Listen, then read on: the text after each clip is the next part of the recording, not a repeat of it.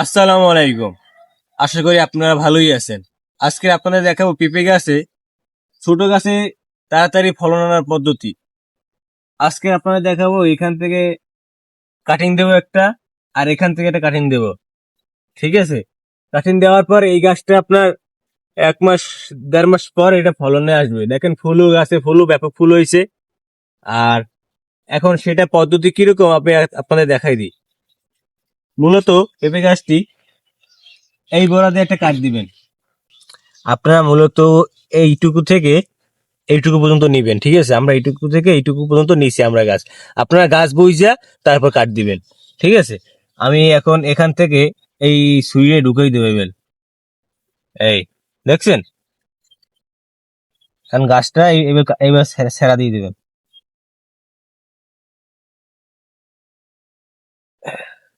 এবার ছেড়া দেওয়ার পর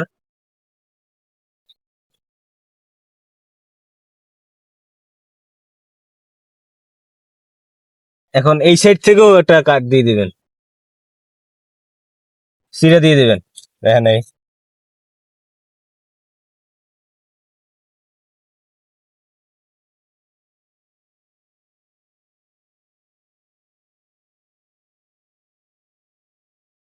ঠিক আছে?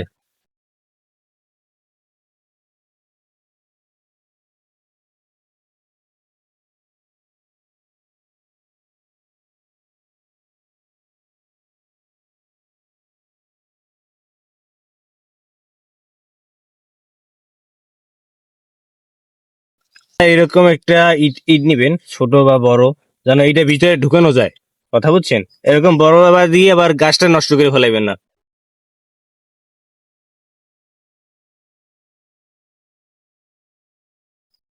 মূলত আমারটা ঢুকতেছে না।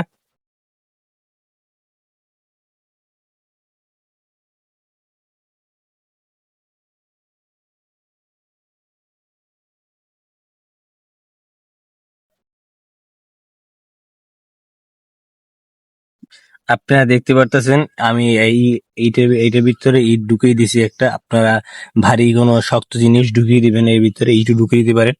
কেননা এই এরকম কাঠ দিলে আপনারা সুন্দর এই গাছটি আপনারা মানে ফলনটা আনতে পারবেন তাড়াতাড়ি। ছোট গাছে বেশি ফলন হবে, আর আর গাছটা বড় কম হবে। বুঝছেন এই জিনিসটা?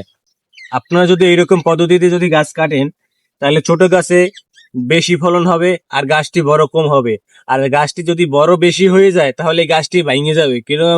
হালকা বাতাসে বা বন্যা বাদলে বাতাসে গাছটা মানে হেলাই কাইতেই পড়ে যায় বা বড় হইলে ভেঙে চুরে পড়ে যায়। এই জন্য আপনারা যদি এই পদ্ধতিতে গাছে যদি এরকম কাঠ দিয়ে এরকম পদ্ধতিতে আপনারা ফলন তাড়াতাড়ি আনতে চান, তাহলে এই পদ্ধতি ইউজ করতে পারেন। কেননা চায়নারা এরকম পদ্ধতিতে তাড়াতাড়ি ছোট গাছে ফলন বেশি আনে। কথা বুঝছেন? আমরা আমরা এরকম পদ্ধতি মানে ইউজ করি না কোনো সময় গ্রামের অঞ্চলের লোকেরা। আপনারা যদি এইরকম পদ্ধতিতে তাড়াতাড়ি ফলন আনতে চান, তাহলে আমার এই পদ্ধতিতে ফলো করতে পারেন। আর এই গাছটি দেখছেন কতটুকু।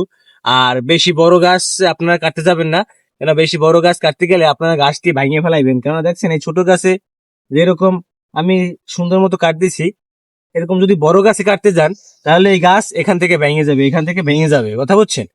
এই জন্য আপনারা করবেন কি, মূলত ছোট গাছে সবসময় কাট দেওয়ার চেষ্টা করবেন।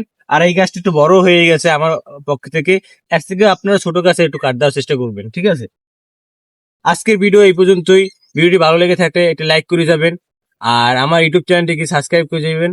এরকম ভিডিও ভিডিও নতুন নতুন আধুনিক পদ্ধতিতে আপনারা ভিডিও পাবেন, নতুন নতুন পদ্ধতিতে। এখন আপনারা আমার ভিডিওটি ভালো লেগে থাকলে ইউটিউব চ্যানেলটিকে সাবস্ক্রাইব করে যাবেন। ধন্যবাদ সবাইকে।